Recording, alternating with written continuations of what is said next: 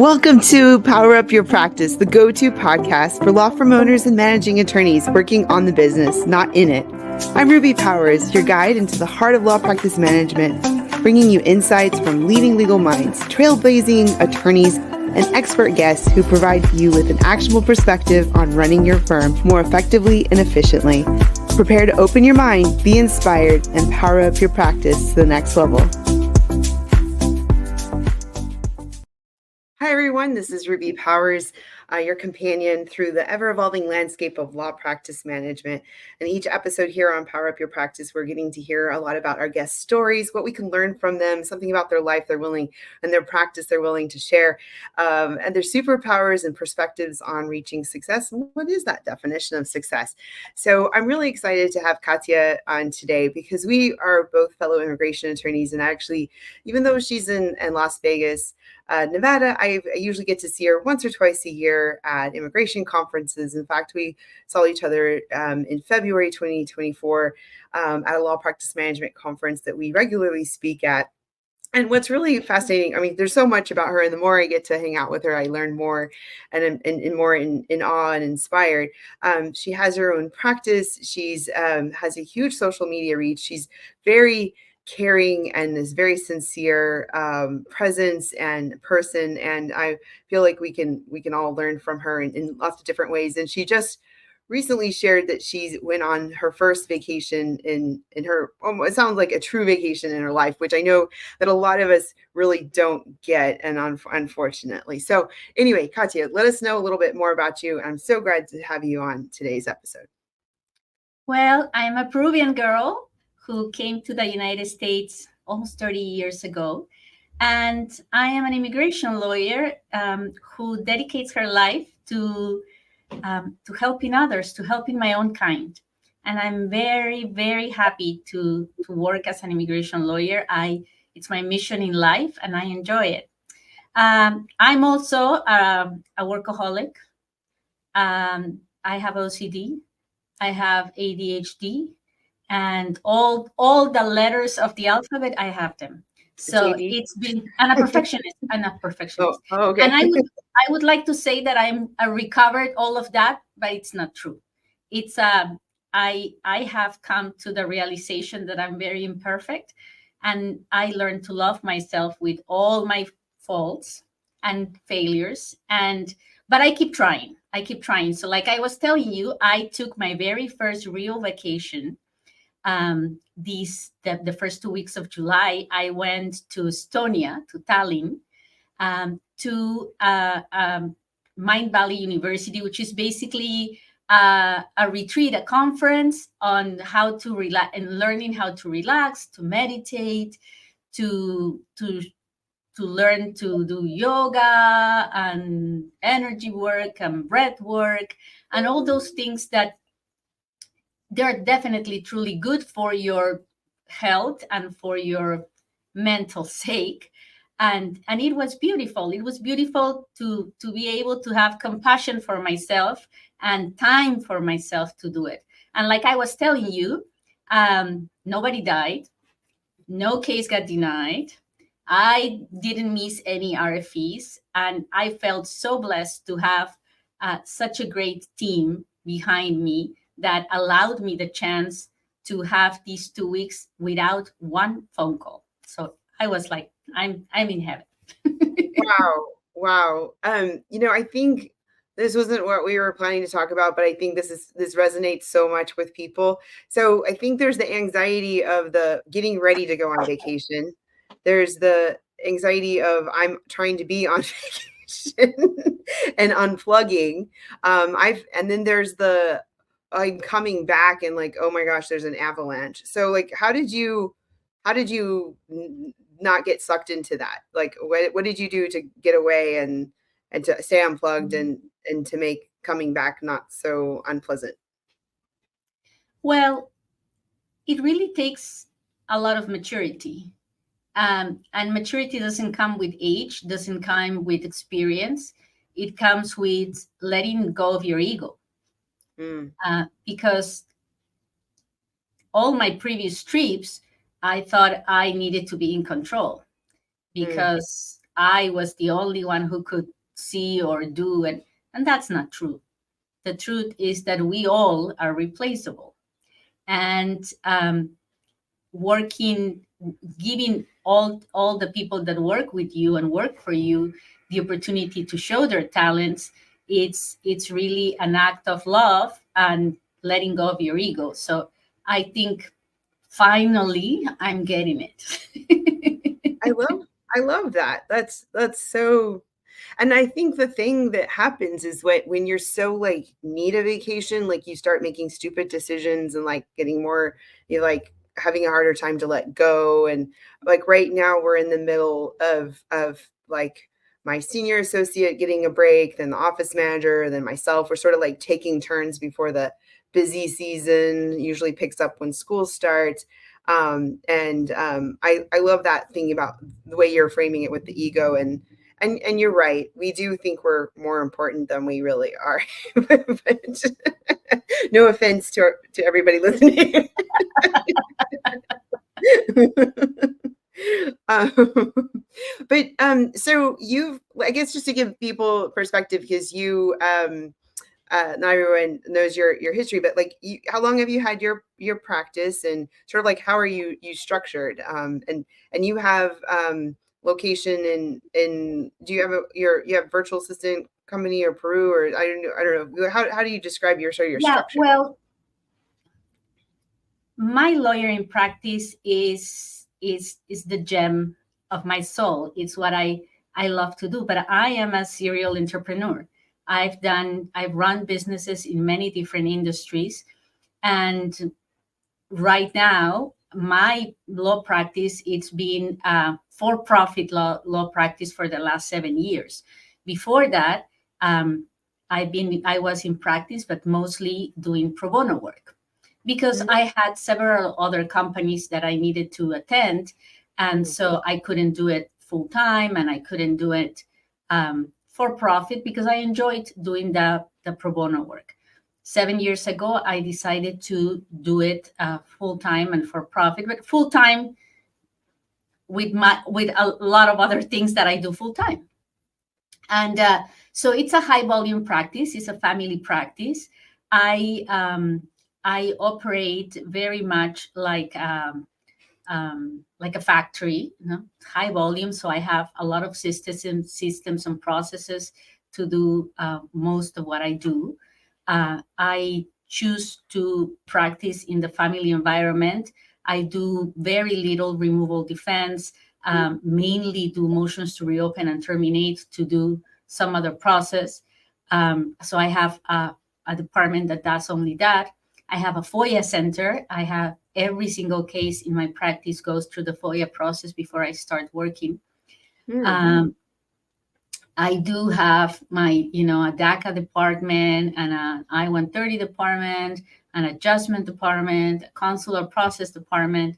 So everything, it's very much into a system or a process, and it's a nationwide practice.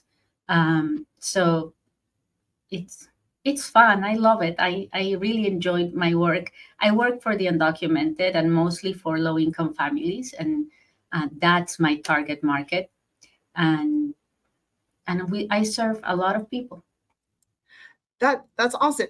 Actually, that's a really good point about the volume, because I was working on my book recently about just like the different tiers. I've generally described like the Walmart, Target, Nordstrom, and I originally had thought that like the Walmart concept would be low tech, but then I realized that's not necessarily, because if you want to have a higher volume, you have to find a way to cut costs, and the more you can leverage technology and have those systems. But like, okay, so you have a large volume practice. Like how does one say, I'm going to have a large volume practice? Or like what got you into it, and like what are some of the features that makes it work? Well, the need, right? There is so much need. And even though it's a high volume practice, it's not a big practice because I don't want to have a big practice. I want a practice that I can control and that I can also take vacation um, on. So, and I am a businesswoman. So most people who are not think that the bigger the practice, the more money you make, which is Mm-hmm. not true necessarily. Totally the opposite. Yeah. Sometimes the smaller the practice, the bigger the revenue because you have more control of your income and your expenses, and you can make more money than hiring more expensive employees like attorneys, and then your EBITDA is smaller. So for that reason, I choose to be a mid-sized practice, and I like it. I enjoy it. I don't choose to keep growing, but I do want to help a lot of people. So I could have had a boutique practice, but I decided to go the high volume practice. So I do use a lot of tech. I have to admit, I love AI. I love every new thing that comes up. I'm always trying for new things to be able to help my paralegals, my administrative staff, to touch more people, more cases in a more efficient way. So I use a lot of mass emailing, mass texting, WhatsApp. I use AI for a lot of things in practice, and I have everything online. I do keep paper trail still because of USCIS, but mostly everything happens in the cloud for us. One thing that I think is another sort of feels contradictory is how do you help the low tech by using tech in a way? Like, but I feel like things have been changing. Like some of the clientele we use that we serve, because when you say family, you mean like family-based immigration for those who are not in the immigration space. But so it's like American petitioning for their spouse from another country, things like that.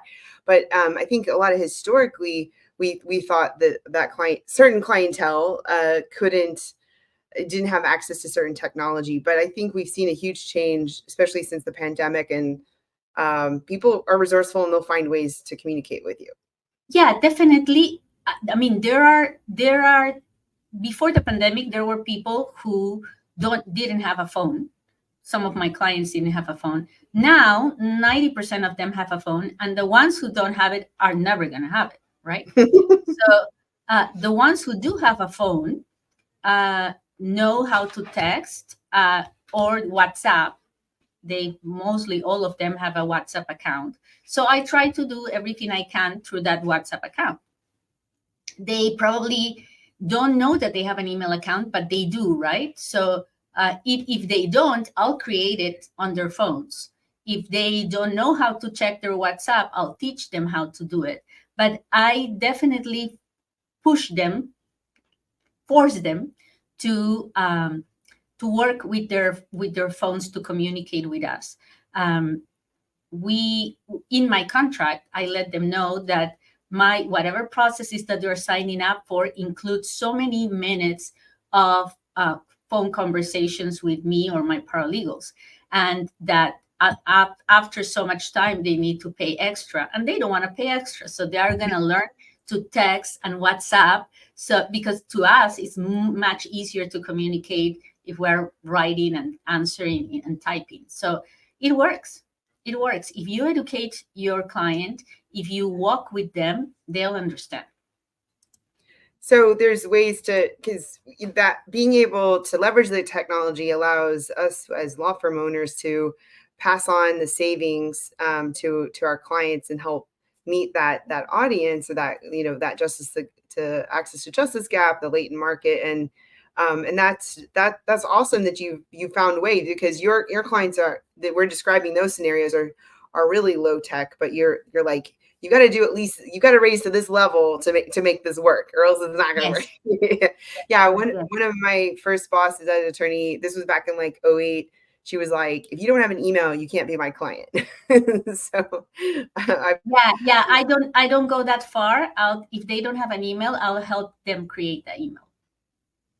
And the other aspect before we move to another subject is like just the in-person nature. Like, do you have a lot of people who come in, or because I know you're federal practice, you have clients all over. How do you sort of like get over that hump for the people who, like, I call the touch me, see me, feel me people, the ones who want to like see you in person? To tell you the truth, I love to see people in person. I love the hugging. I love the touching. I would lie if I would say that I don't. It's true that it takes longer for you to, work through a consultation when it's in person. Yes. Yes. But some people need those 30 minutes of your life. And so I welcome it. In my office manager has a higher fee for an in-person consultation than for a Zoom consultation, and people wait 3-4 months to see me in person. So I respect that, and I am going to give them my full devoted attention. That's actually, I was writing about that in my book about like how I'd heard about people charging extra for in-person. I'm like on the verge of doing that. It's supposed to rain tomorrow, and there's about 3 people who really want to come in tomorrow, and I'm like, can we just like in Houston it can flood, it's going to rain for like a week and a half anyway, we have hurricanes, we have flooding, so I'm just like, really, you don't need to come in. But no, I mean, it is a different connection. I get it. And I feel like a lot of my clients that are traumatized, victims of crime, recent arrivals, like certain clientele, they need that but that's why I still allow it. I still have it. I haven't, but some people are just completely virtual, and I get that. So you just have to figure out who your avatar is, who you want to serve. So you have something also quite fascinating, which I don't think people know if they haven't scoped you out beforehand, is that you have nearly 500,000 followers on your social networks like Facebook, YouTube, and Instagram on your Inmigrando con Kathia. Like, no, I actually have like 3 million followers. That's what, okay, so that's what I thought. That seems a little low. Okay, scratch that. 3 million. So how did you do that? How do you get started, and how do you keep that going? It's a work of love. I'm very proud of my 3 million followers. I don't think they're my 3 million friends. I don't think it's a big deal, to tell you the truth. I don't think I've done anything special to get to that point. I think it's been just, me being vulnerable and trying to help in a massive way without expecting anything in return. I've been doing this for since 2018, and I've never advertised. So of course, it's very easy to find me when you are famous, and they just type your name in Google and your phone number is going to come up. But I've never made the effort to tell them, call me, or this is my phone, or any of that. So in my case, is reverse marketing, right? I'm not telling them, call me, come, I'll help you. I'm telling them, don't come. I'm not offering you anything. Just listen to me, pay attention, and believe me, because I'm not selling anything. And it has worked. But the main reason I haven't sold anything to them is because I don't have the means. I don't have the hands. There are 3 million people, and if I would be offering my services, I would have to have 100 people working for me. And I choose not to do that. So that's the main reason I went that way. But apparently, it really created in my friends the trust that they have towards what I say. So whenever I say something, they listen because they know I'm not selling anything. So when I tell them, don't go to a notario, don't go to a document preparer, I destroy those poor document preparers every day of my life, because I've seen how much they can hurt. Yeah. So So they believe me. They now call them the same names that I call them, and they are with me on that movement. And when I say, okay, let's do a movement on, the qualities of immigrants, so they also follow me. They are with me in those types of things. When I say, let's call this congressman or this senator, then we flag their phones. And so it's fun. It's fun. It's a work of love. I really think that my life is meaningful. Well, that's wonderful. I can definitely tell from our conversation that you're very passionate and genuine about what you do. So wait, you get everybody to call like one congressman person specifically, like you just like. Yeah. That's pretty cool. I I know. I honestly, not to get, let's see, how do I say it to not sound political? Like access to the media and social media can help make a big impact, especially when, um, well, when you need to get a message out. And so, I'm sort of like toning this down to not be political, but that is great that you're aware of it and you use that power you but as wisely and passionately and humbly as you can. um and I think that's really fascinating because you purposely keep your firm to the size you want, which I think is really an important value to, when people use the word grow, I think a lot of people think, oh, more people in your staff, more revenue, More overhead. more everything, more headache, more overhead, more whatever. And I'm like, that's not the definition of success. Like, having more people doesn't necessarily mean more profitable, and you're having, find that sweet spot, but find what you want, and find that balance. So I think that's great. So one thing you said about the serial entrepreneur, I see myself as that too. One of the things I was questioning, it was like, how can Elon Musk run like 5 or 6 companies that are like complete industry leaders in a way? And it can, I don't know, I feel like it's hard to just run like, 2 companies. I don't know. I know that wasn't expected, but I'm just sort of like, how does he do? Well, the truth is, you need to learn to delegate, and you need to Yeah, know how to hire the right people. that's true. Many times, especially in the world of lawyering, um, lawyers, we have big egos. That's the truth. So we tend to hire people who are not at our level, or better than us. And when you want to run different companies in different businesses, you need to have teams that are better than you are.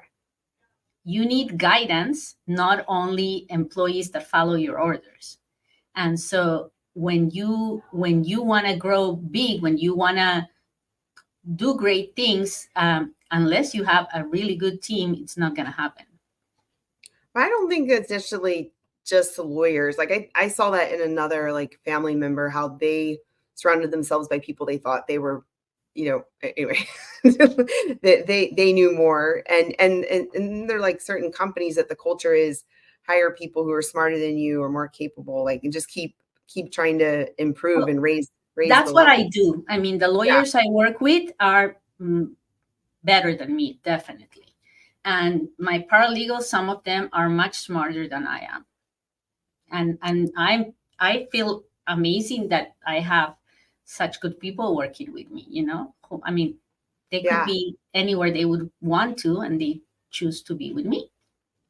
No, that's awesome that you don't let your ego get in the way for finding the right team members and cultivating them, and finding that balance. I'm still intrigued about your technology and your like the volume. Like, what are some of the things that you've done that, I mean, maybe you're like, oh, that's just normal, but I find that too, and I think this is normal, but some people might not be doing it. Like, what are some of like the few, like, that's how I made this high volume a practice work, like something with your CRM or virtual assistants or call center or like the Yeah, way.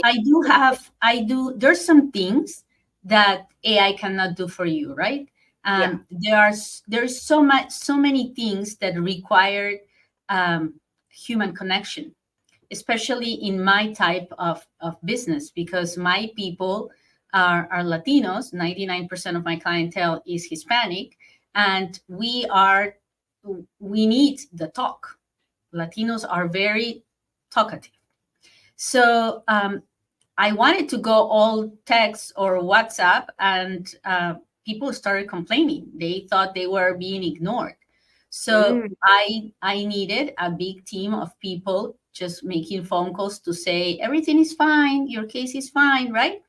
And mm, but I couldn't afford to do it on U.S. payroll, so I went outside the United States and contract people who speak very good English, who are very educated, and who are making more than what they would make in those countries if they would work for someone over there.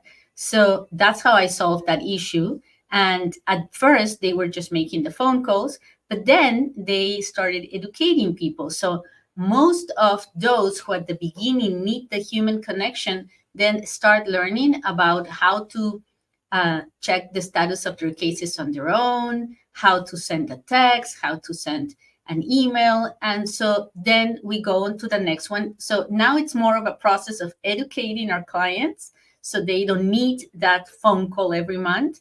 And it works. The wow. same.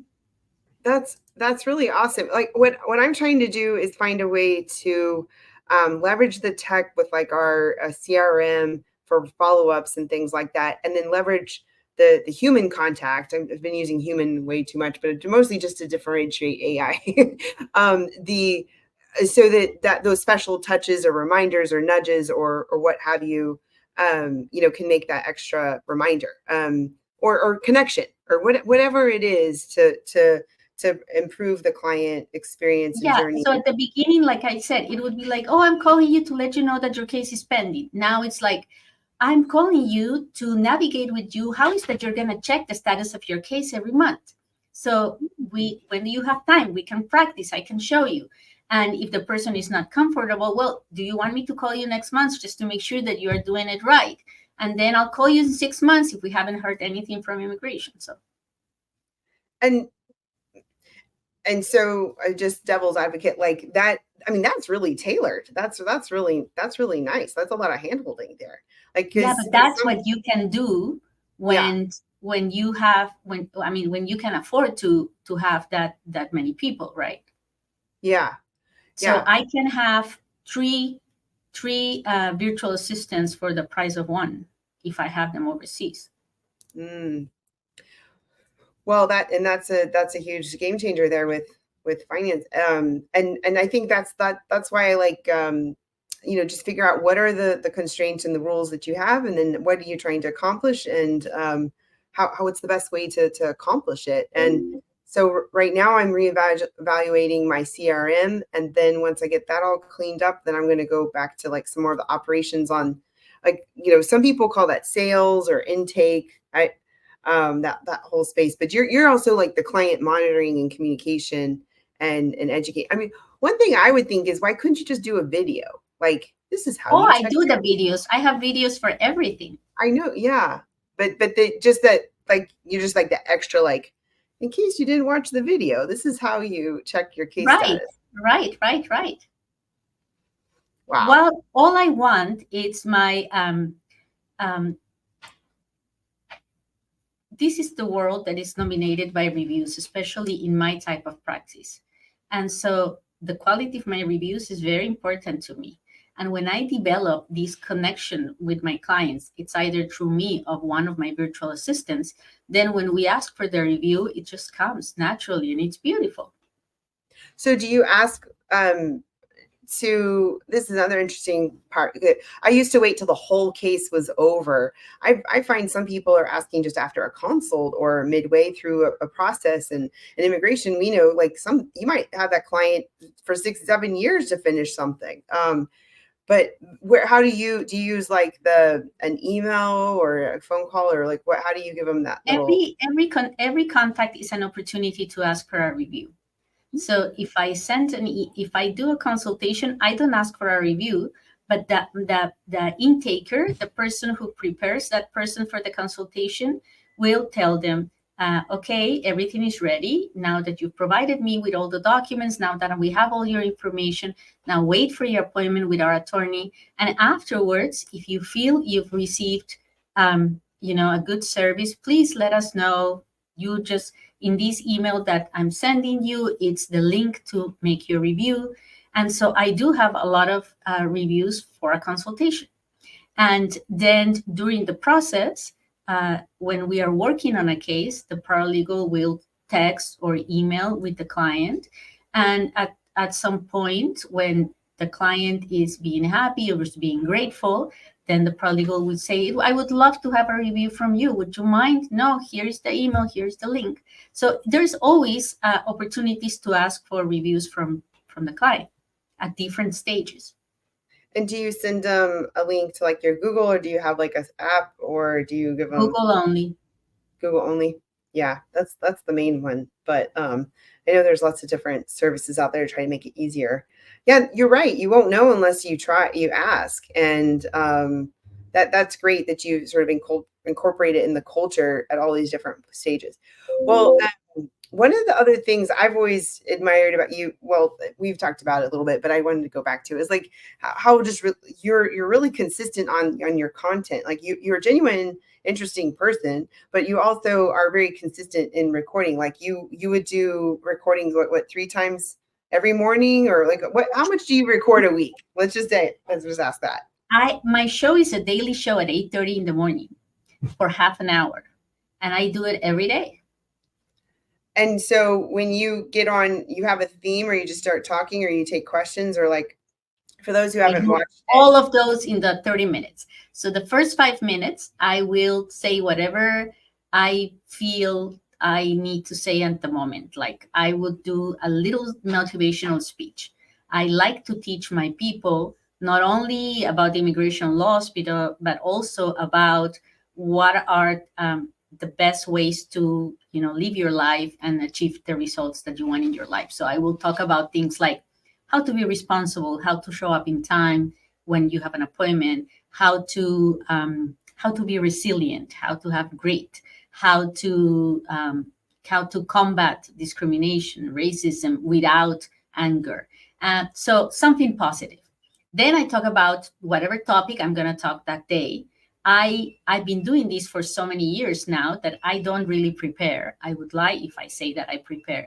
Normally at 8 in the morning, I am looking for the news of the day, or I'm looking at the USCIS website, or I'm looking at Twitter to find out what's going on around, and if any of that would be important to my client. So I don't talk about what I like. I talk about what my client would like. And so as long as I am clear on that, then I normally have very good results with engagement, with connection with people. The moment I lose track of who is my client and how they're going to feel with the content that I provide, then I make mistakes. But we all do. So anyways, then I talk about that topic, and then the last 10 minutes I answer questions, general questions. I don't do answers, a real consultation. I just do general questions and answers, and that's it. That's the end of the show. And then I say I'll see you tomorrow, and next day people are there. No, that's great. And I think if you have the right personality and this, and this seems to be very intuitive to you, that it makes it a lot. It's just sort of like a flow. It becomes a habit. I find with recording content that like I started building it in, like adding and putting it in. I'm also trying to recycle content. But like if I stop doing it, then it's sort of hard to get back into it. But you've been doing this daily, or 5 times a week. So okay. Next question would be about like, how many people do you have in your team for all your production, or your show, or like your marketing and stuff like that? It's like 6 or 7 people. Okay. One full time, And then the others are contract people that help me in different specific ways. But I have one assistant that is with me 8 hours a day, and I personally spend 30 minutes of my day. That's it. I do the show and I'm done. I wash my hands.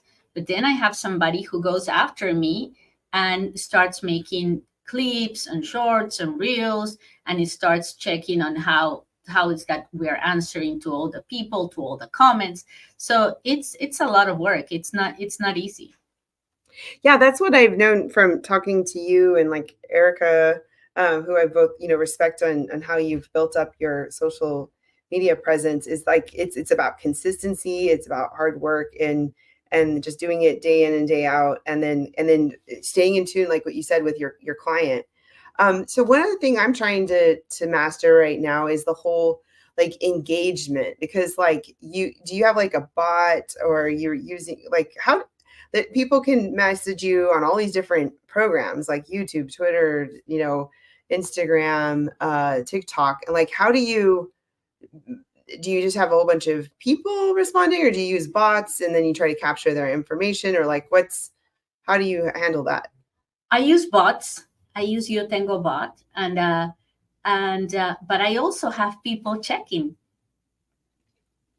Yeah. So I have the bots answer to everybody, right? But for example, I have people reading what people write down, the comments. And Hmm. if I find a comment that it's important, that if they find a comment that they feel is important, they'll let me know. For example, today, one of the comments was, Katia, did you send me this email asking me for $2,000? Because I have Oh no. a lot of fake accounts with my face and with my name, and they send them WhatsApps and texts asking them for money. So Oh that my. if I only let the bot take care of that, I would never pay attention to it, right? So then I have to come up in the show and say, please, please, please do not. I don't sell anything. I am never going to send you a text asking you for money. That's not going to happen. So that's one example. Another example is somebody that would say, I don't know, I'm your client, and nobody's answering the phone. And we're like, that's not How is possible. that possible? Yeah, exactly. I'm like, I've got two receptionists and an answering service. Like, there's really like, are you calling the right number? Like, And, and so I have somebody checking, because obviously that person is not my client, but believes he's my client because he's being tricked by somebody, some of these fake accounts. oh, So then I get to investigate and find out what's going on. So you yeah. have to, I remember I said I'm a perfectionist. So I'm trying to cover all of my bases. It's necessary, probably not for most people, but I'm trying to do my best, and it's not perfect. I'm gonna make mistakes. I'm gonna have failures, but I'm gonna solve them, and I'm gonna work. Oh, and I'm gonna do the best I can. I didn't know who to talk to about this and it's a podcast interview, but I have like 15 fake TikTok accounts that they took my image and made variations of my TikTok handle. And I just got my IP attorney to look at, because we were blocking it, or no, we were reporting You it have or to blocking trademark it. your name. You have to what? Like Trademark. the whole, well, I did for the law firm and the Power Strategy Group, but you do it for your name too? Oh, okay. Let me there's a drag queen named Ruby Powers, but she's not Ruby L Powers or so. Okay, let me go figure that out. But yeah, we're working on that. But one of the things I wasn't sure about on TikTok is, should you allow someone to um like download your video, because they were downloading the videos and making fake accounts and sending them to different WhatsApp numbers that are not our number. Anyway, I this is probably happens more for people, well, who have a lot of followers, but this was happening to me, and this happened to you. But I feel like this is a whole nother subsection of the downside to social media, um, having a high volume of followers, because you just it opens up a whole nother space of because I'm thinking like my lawyer hat, like you're saying, is like, I want them to know that's not me, and don't do stuff with them, and don't send them information. Who the hell, who knows who they are, and I'm trying hard to try to protect them, but they just make a new account all the time. Anyway, well, that does exist. That does happen. So, Kathia, I usually like to ask every guest what's their favorite board game or something like that, because I like games and I play it with my family a lot, and I'm just curious. It tells me a lot about your personality, but I feel like I already know your personalities. Well, I like Monopoly. Okay. That's Well, my favorite game. Well, that's good. That seems to be one of the most popular answers I've noticed. We're gonna make a chart one day. Especially in our generation, probably you ask Mhm. my kids, and Monopoly is not important to them. But in my generation, that's what I grew up with. So There's a version called Monopoly Deal, and it's a little bit faster, and you can play it with cards. And last week when my family was at a beach house, what we did is we modified the game and mixed it between Monopoly Deal and Monopoly Rules. And oh my gosh, it was more fun than Monopoly Deal, the original game. And I was like, what? This is fun. Now I want to go change other rules to other games and make them. I told my kids that they can't go to college until they invent a game. So hopefully they do that, because maybe they'll pay for college too. I'm low key creating a game research through the podcast. Okay. Well, I'm curious what you're going to say to this, because I feel like you have a lot of them, but what would you say is your superpower, and why do you have it? I think my superpower is being resilient. I think that I'm not afraid to fail, and I think that is a superpower. I failed many times in my life, and I've experienced a lot of setbacks, but I have found the strength in my soul to stand up and try again. And if I am grateful for a superpower, it's probably I'm grateful to God for my resilience. Oh, that's wonderful. I think we all need that, and I think that helps us accomplish more things, and have greater depth to our lives the more resilient we can become over time. So Kathia, it's been a pleasure as always, and I'm glad we could carve out a few minutes of life to interact in a synchronistic way. How could people find you, and connect with you if they have any questions? Well, my email address, kq@gwp.law. Social media, if you know Spanish, it's at Inmigrando con Kathia, Inmigrando con Kathia. And that's it. Okay, awesome. Well, thanks again for joining us. I really appreciate it. And for all of you who've been listening, thanks for being with us on this insightful journey with Kathia. Learned a lot, got inspired, and just, I don't know, it feels great to talk with you. And so thanks everyone for joining us. Your time and engagement means the world to us. And hopefully you enjoyed today's episode of Power Up Your Practice. And if you want to continue this conversation in between session episodes, then just reach out to us on the Facebook group, Power Up Your Practice. And the upcoming book, Power Up Your Practice, will be out later in August. So we're really excited. We'll see you next time. Thanks for joining. Feeling overwhelmed by admin tasks? You're not alone. Many immigration lawyers are in the same boat. That's where Staffy comes in. Over 90 law firm owners just like you have turned to Staffy for help with legal, administrative, marketing, and client-facing work. Now, Staffy's mission: to help lawyers find balance while growing their firm.